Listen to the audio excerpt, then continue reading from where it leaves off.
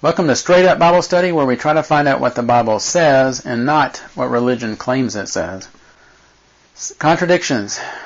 How many times have you heard somebody say the Bible is full of contradictions, but they don't have even a single example? Kind of like those people who yell separation of church and state, but when you read the Constitution, it doesn't exist. It's not even in there. Kind of reminds me of that, huh? But where are the examples? Why can't these people give even one example? You'd think that if they're going to yell about the contradictions in the Bible, they would have at least something to back it up, but they never do. So are there contradictions in the Bible? Could we maybe find something? Well, let's take a look at it. Proverbs chapter 26, verse 4. Answer not a fool according to his folly, lest thou also be like unto him. And the verse right after that, answer a fool according to his folly, lest he be wise in his own conceit. Sorry, my handwriting is like a doctor, or worse. I have a hard time reading it sometimes. So, verse 4, don't answer a fool according to his foolishness in modern terms. Verse 5, answer a fool according to his foolishness. Wow.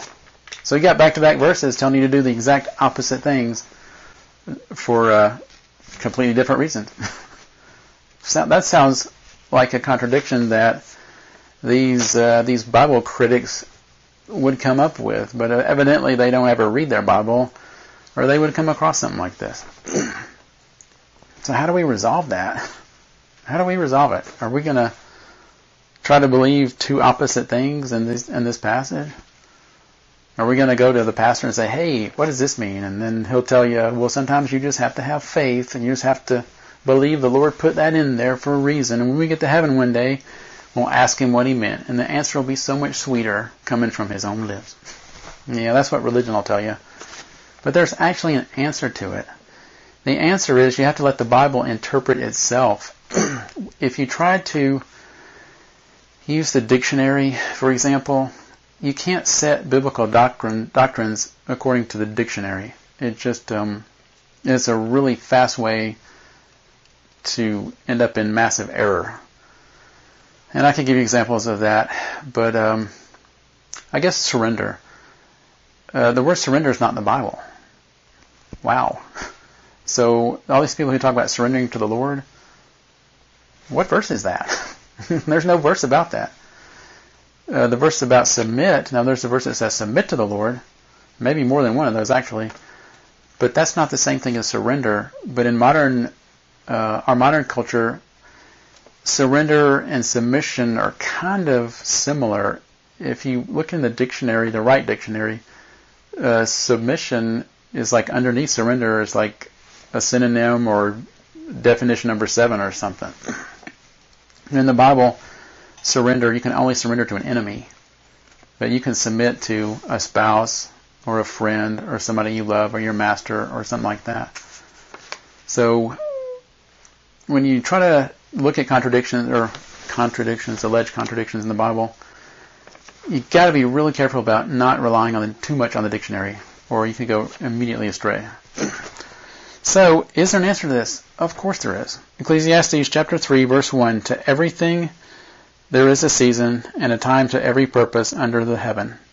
There's a time to answer a fool in his foolishness, and there's a time to just zip your lips and don't say anything.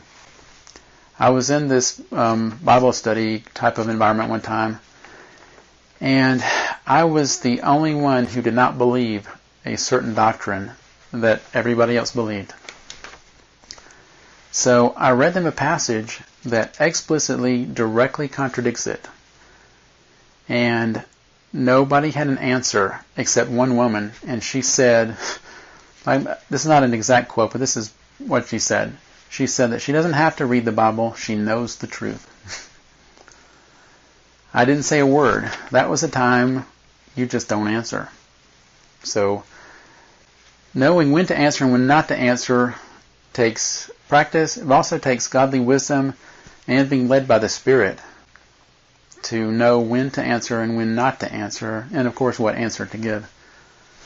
So, looks like a contradiction. It's actually not a contradiction because the Bible will explain itself if you let it, if you study it and look at it and read it. If you look these things up, or if you just read enough of it, these so-called contradictions will just melt away after a while, and you'll find the right passage, the right verse. It's like, oh, that's not a contradiction at all.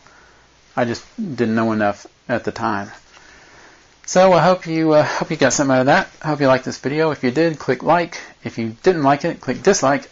And if you want to hear more things like this, click subscribe. So God bless you, and I hope to see you in the next video.